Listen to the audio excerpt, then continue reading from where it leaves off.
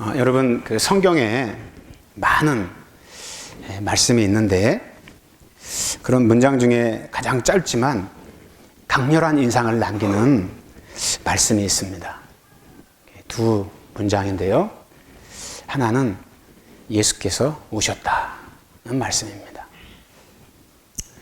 주님의 그 눈물 속에 담긴 그 주님의 아픔이 우리 마음에 느껴지는 작지만 아주 강력한 여운이 있는 말씀이죠.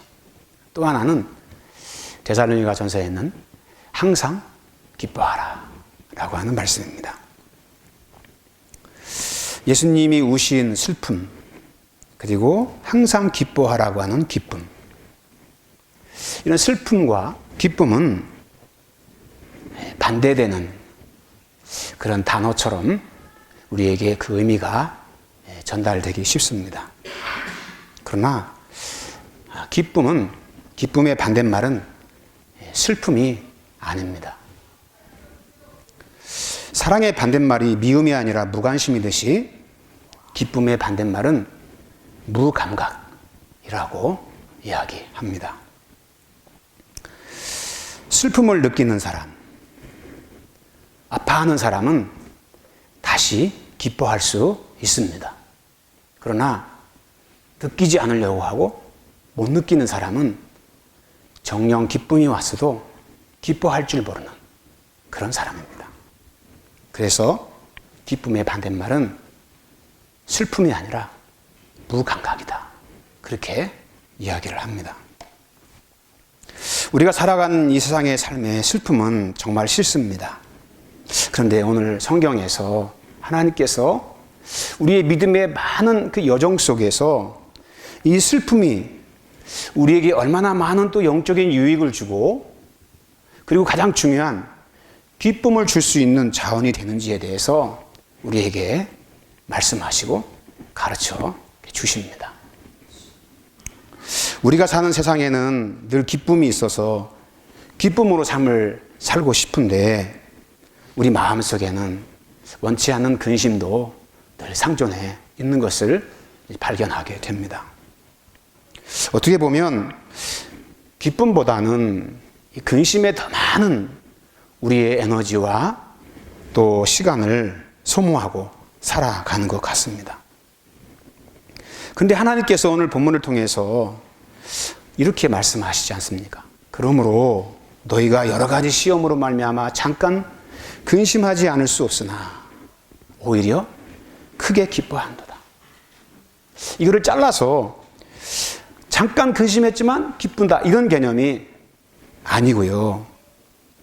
우리의 근심 속에 잉태된 기쁨에 대한 그 위력이 얼마나 큰지에 대해서 하나님께서 가르쳐 주시는 겁니다. 근심이라고 하는 것은 헬라어를 찾아보니까 괴롭힘, 고민 그렇게 세분해서 그 의미를 우리에게 전달해 주고 있더라고요.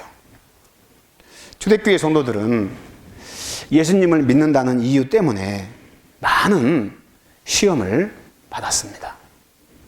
그리고 사회생활에 많은 불이익을 당하고 살 수밖에 없는 그런 삶을 살아야 했습니다.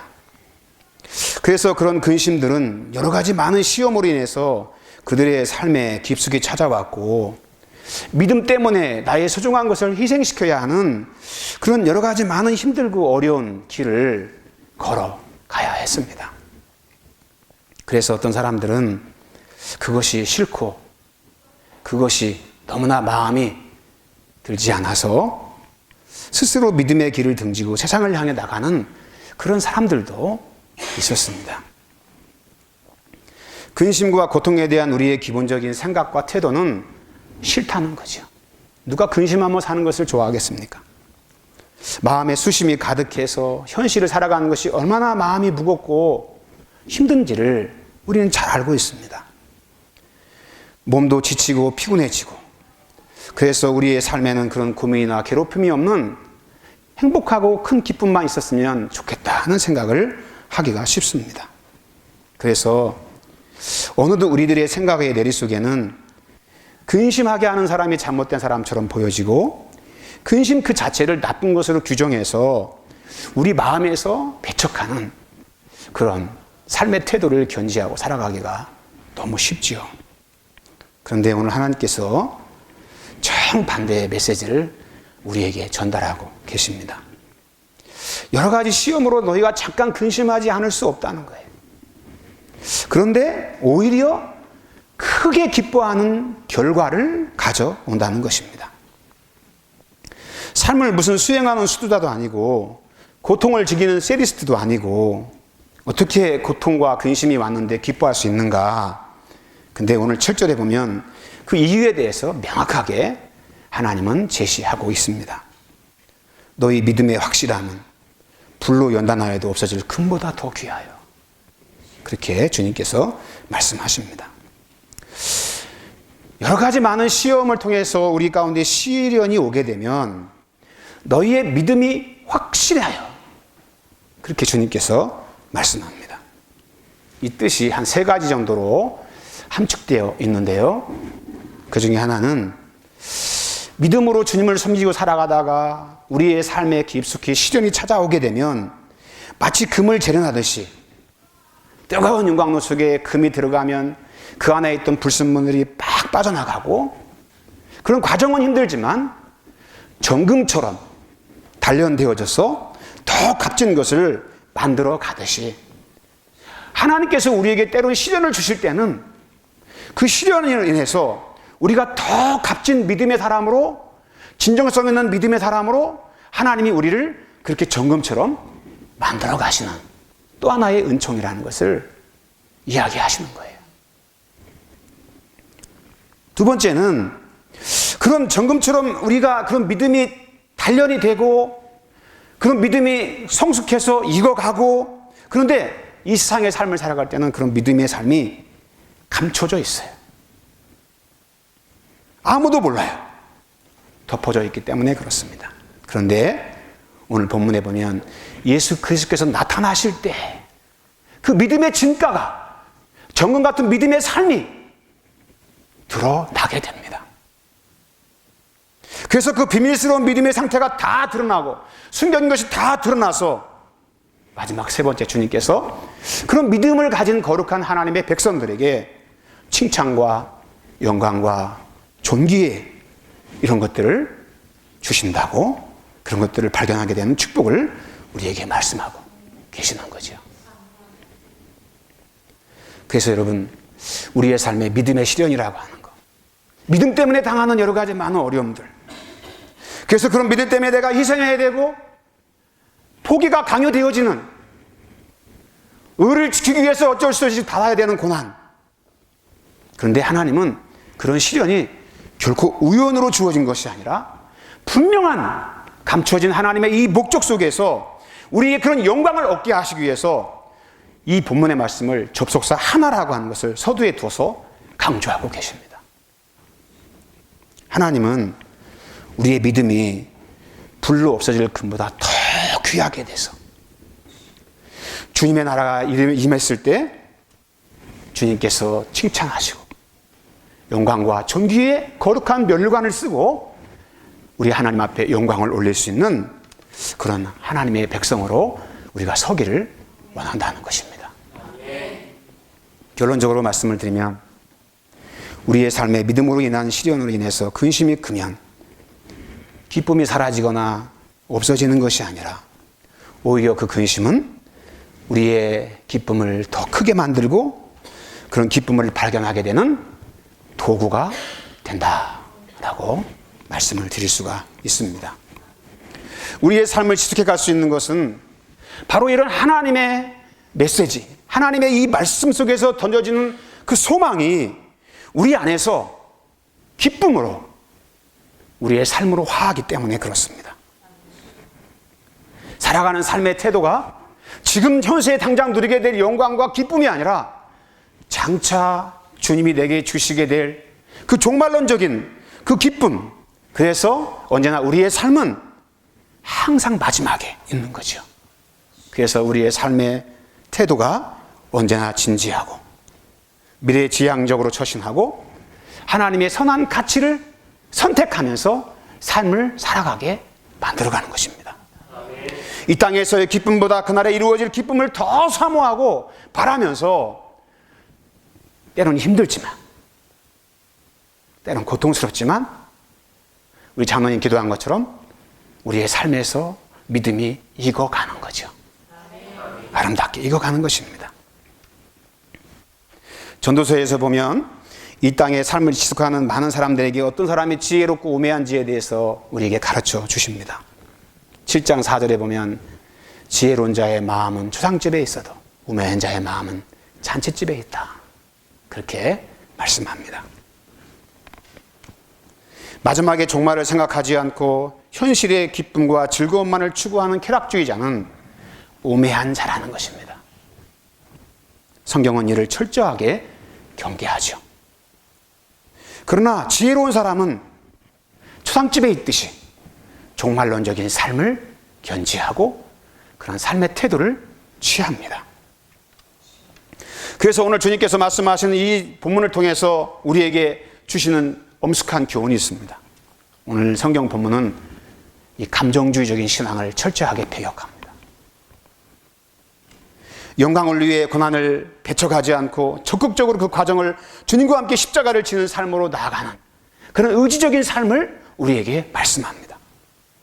세상의 기쁨을 쫓아다니면서 인생을 살아가는 것이 아니라 다시 만날 그 주님 앞에 받아야 될, 누려야 될 그 영광과 존귀와 칭찬을 바라고, 지금 고난을 받고 믿음 때문에 어려움을 당하지만 그런 근심과 시련을 견뎌내고 그것을 이겨가면서 그런 과정을 통해서 보이지 않게 하나님은 우리의 믿음을 정금처럼 만들어 가신다.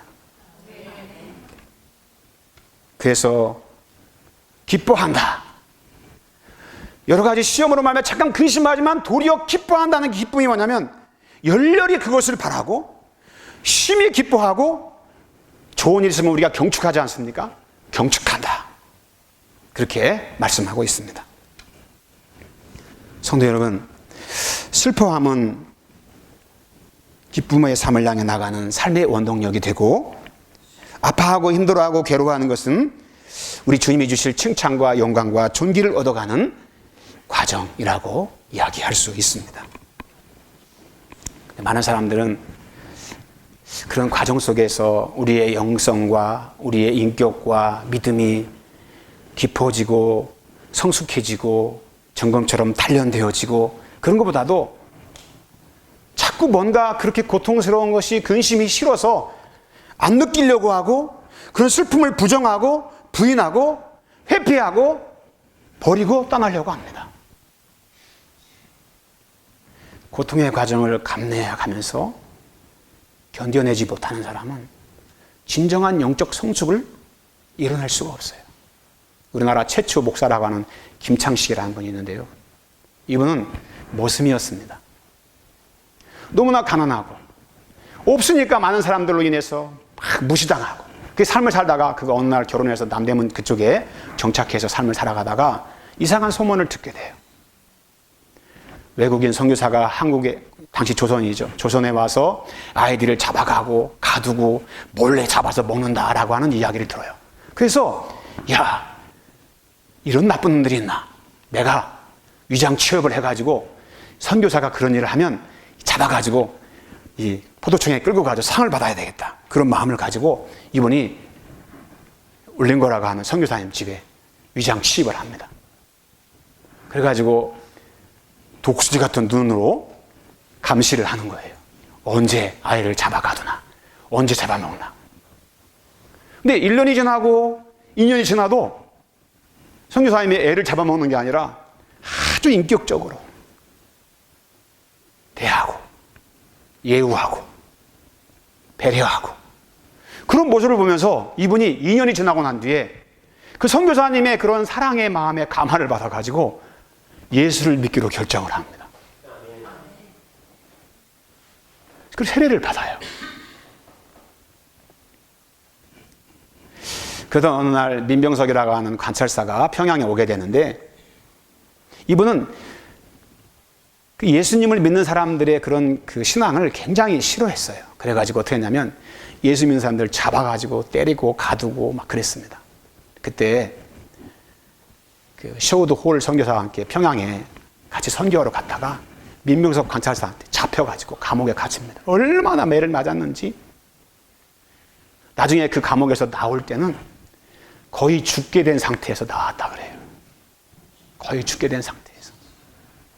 그 감옥에 있으면서 막 모진 매를 맞고 고문을 당하고 그러면서 강요했던 게 뭐냐면 너 예수 안 믿으면 살려주겠다고 회유를 하고 배교를 강요했습니다.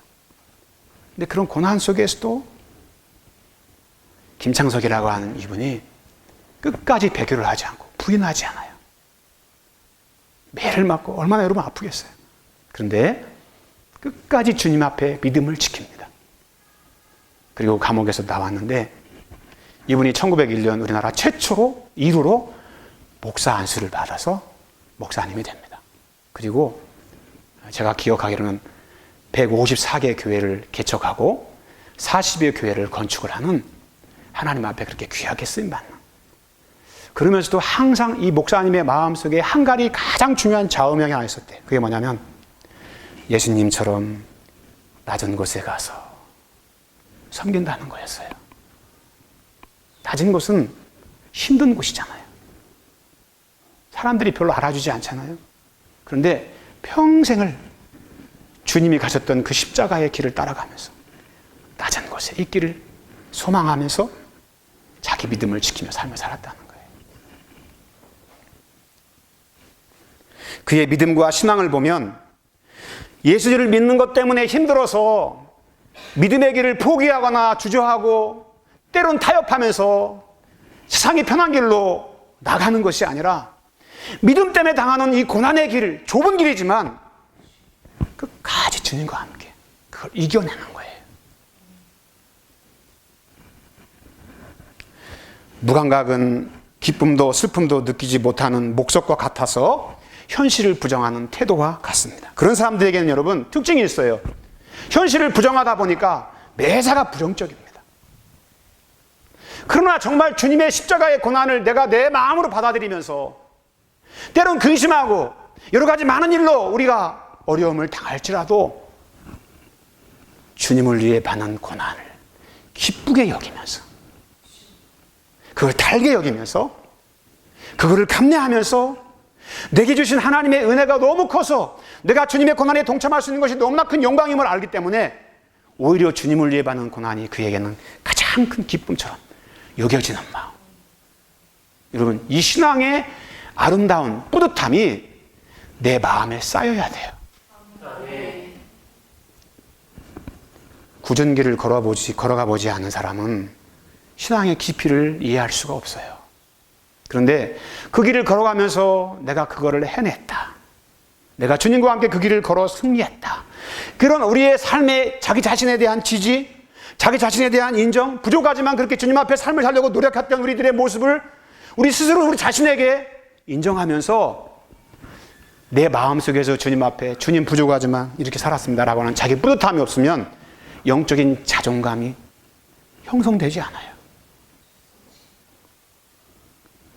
주님 앞에 그렇게 십자가를 지고 살아가는 삶이 어려움 때문에 때론 어려움을 당해서 어렵고 힘들지만 그걸 견뎌내는 그런 믿음을 통해서 우리 자신이 뿌듯해지고 우리 마음에서 참 잘했구나 이런 자기 칭찬, 그때 생기는 게 여러분 영적인 자존감이에요. 그런 사람은 여러분 환경이나 때론 감정이나 어떤 결과에 따라 기뻐하는 것이 아니라 하나님 앞에 진정으로 기뻐할 수 있는 믿음의 사람이 됩니다. 우리 예수님을 보십시오. 히브리 12장 2절 보면 그 앞에 있는 기쁨을 위하여 십자가를 참으사 부끄러움을 개의치 아니하시더니 하나님 보좌 우편에 앉으셨느니라. 우리 주님도 십자가 길을 걸어갈 때 십자가라는 고통만 보이는 것이 아니라 이 고통을 통해서 잉태된 생명의 놀라운 그 결과를 주님은 바라보시면서 기쁨을 가지고 그 십자가의 고통을 참아주셨다는 거예요. 잘못된 신앙과 믿음은 믿음의 시련으로 아파하고 힘들어하고 괴로워하고 삶에 무겁고 힘겹게 살아가는 것을 막 부정하고 그렇게 살아가는 사람을 잘못된 사람이라고 막 매도합니다. 세상은 우리에게 들려주는 말이 편한 길, 믿음도 편하게 하고 신앙생활도 편하게 하라고. 요새 무슨 TV 같은 데 보면 나와서 그렇게 말하는 사람들이 있어요. 여러분, 거짓 선지자들입니다. 진리를 가지고 있으면 타협하면 편할 수 있어요. 그러나 진리가 날선 검과 같이 우리 마음속에 성령의 거룩한 감동 속에 우리 안에 역사할 때 우리는 그런 거짓과 타협할 수 없고 그런 불의한 길을 걸어갈 수 없기 때문에 당하는 많은 불이익이 있지만 우리 안에는 뭐가 있냐? 기쁨이 있습니다. 진정한 기쁨이 있어요. 믿음의 거룩한 성도가 믿음의 시련으로 인해서 근심하는 것은 여러분, 아이고 저 사람 고통받네, 아이고 불행하네, 참, 이게 아니라 더 큰 기쁨이 그 사람의 마음속에 자리 잡고 그런 기쁨을 소유할 수 있는 영적 근거가 되는 거죠. 마치 보화를 발견한 농부와 같이 그가 보화를 발견하고 난 뒤에 기뻐서, 너무 기뻐서 돌아가지 않습니까? 그 기쁨을 가지고. 그래서 그런 기쁨들은 때론 눈물의 골짜기를 지나갈 때에도, 때론 주저앉고 싶은 그런 때에도 주님을 향한 기대감이 우리 마음속에 생깁니다. 아, 이걸 통해서 또 하나님이 하실 일이 뭔가, 어떻게 내 삶을 또 이렇게 멋지게 바꿔주실까, 그런 기대감이 자꾸 내 마음에 증폭이 돼서 우리의 삶의 소망이 주님으로 인해서 더 커집니다. 아프고 힘들수록 소망의 빛은 더 강하게 우리 영 안에 들어와서 주시게 될 주님의 영광과 칭찬과 그 존귀함이 얼마나 위대한지를 우리 마음속에서 사모하고 그날을 기다리면서 오늘의 이 시련을 이겨갈 수가 있는 것입니다. 성도 여러분, 우리 주 예수님의 거룩한 십자가의 보혈은 우리의 영적인 자존감을 세워주는 하나님의 능력이지 않습니까? 이 땅에 살아가면서 나 자신이 나를 대하는 태도가 제일 중요합니다. 거기에서 다른 사람을 대하기 때문에 그래요. 잘못된 신앙의 사람들은 뭔가 부족하고 잘못하고 그런 사람들에게 너 틀렸어, 너 안 돼, 그런 말을 자주 하고, 그런 말을 자주 듣다 보니까 영적인 부정적인 자존감이 생겨나서 나도 모르게 그런 행동을, 그런 부정적인 말을 하면서 인생의 삶을 살아가요. 그런데 주님의 십자가 안에서 주시는 하나님의 위안은 너는 쓸모없어, 너는 버림받아야 돼, 너는 죽어 마땅해, 그런 우리를 내가 너를 사랑하여 십자가에 죽었고 내가 너를 나의 능력으로 구원했다고 하는 주님의 음성을 우리가 듣게 됩니다. 그럴 때 그 십자가를 바라볼 때 우리의 믿음은 진정한 안도감을 가질 수 있죠. 그리고 사람의 칭찬이나 인정이 아니라 주님을 바라볼 수 있는 힘을 소유하게 됩니다. 성도 여러분, 그런 하나님의 은혜, 때로는 고난을 통해서 영적으로 점점 성숙해져 가는, 고난이 싫어서 고난이 없기를 바라는 것이 아니라 여러 가지 많은 시험 때문에 오히려 더 멋지게 주님의 아름다운 형상으로 변화해가는 그런 축복을 우리가 누리고 살아가는 것. 우리 기독교 신앙의 하나님의 말씀이죠. 거짓된 진리, 거짓된 선지자들의 말은 자꾸 우리에게 쉬운 길로 타협하게 만들고 편한 길로 우리를 인도해서 나도 모르게 영적인 게으름이 내 안에 내재돼서 기도의 거룩한 영성이 자꾸 무너지고 주님을 닮고자 하는 우리의 거룩한 소망이 점점점 세상을 향해 따라가는 잘못된 집착으로 우리 마음속에 자작하기가 너무 쉽습니다. 지금 시대가 그래요. 지금 시대가. 어느 누구 하나 그런 편한 길이 하나님이 기뻐하는 길이 아닌 것을, 그래서 때론 고난이 있지만 그런 고난을 통해서 영적으로 우리가 점점 성숙해가고 주님의 아름다운 형상을 닮아가는 그런 축복의 영적인 메시지들, 우리가 우리 마음속에 주님의 음성을 듣고 이제는 우리의 삶의 태도가 새롭게 변화되는 저와 여러분 되었으면 좋겠습니다. 그래서 그 은혜의 힘으로 우리의 삶이 멋지게 주님 안에서 일어서고 주님과 함께 다시 만날 그날을 소망하면서 멋지게 주님이 주신 십자가 짊어지고 우리 모두가 승리하는 오늘 시대의 믿음의 증인으로 설 수 있기를 주의 이름으로 축원합니다. 자, 여기서 한번 인사할까요? 믿음으로 승리합시다. 아멘.